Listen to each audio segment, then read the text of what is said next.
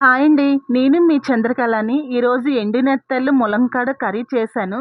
దాని ప్రాసెస్ చూసేద్దాము. నేను కర్రల పొయ్యి మీద వండుకుందాం అనుకుంటున్నానండి. అందుకోసమని ఈ బొగ్గులన్నీ బయటికి తీసి ఎండు నెత్తళ్ళన్నీ కాల్చుకుంటున్నాను. ఇవి కడగలేదు ఇంకాన. ఇవి కాల్చుకున్నాక క్లీన్ చేసుకుందాము. ఇగోండి ఇటు, అటు మొత్తం నీట్‌గా కాల్చుకోవాలి.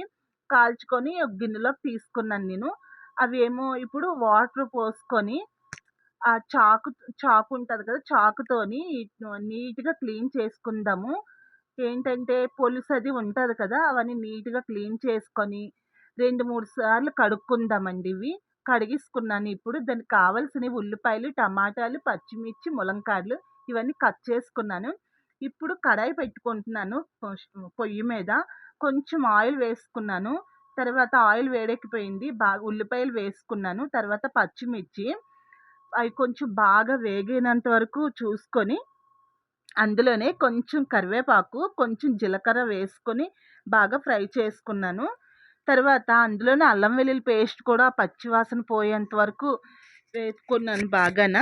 అది బాగా వేగిపోయింది. తర్వాత టమాటాలేసి బాగా ఫ్రై చేసుకున్నాను. అవి కూడా బాగా మగ్గిపోయినంత వరకును. తర్వాత చూసారా మగ్గిపోయింది. ఇందులోనే నేను కొంచెం కారం ఏసుకున్నాను. సాల్టు వీడియో మిస్ అయిందండి. తర్వాత ఈ బాగా వేపేసుకున్నాను కదా! ఇప్పుడు ములంకాడలు కూడాను వేసుకొని బాగా ఫ్రై చేసుకున్నాను. అయి బాగా ఏంటంటే కొంచెం బాగా వేగితేనే టేస్టీగా ఉంటదండి ఆయిల్‌లోని. తర్వాత ఎండు నెత్తళ్ళు కూడా వేసుకొని బాగా ఫ్రై చేసుకున్నాను. తర్వాత ఇప్పుడు కొంచెం అందులోనే వాటర్ పోసుకున్నాను.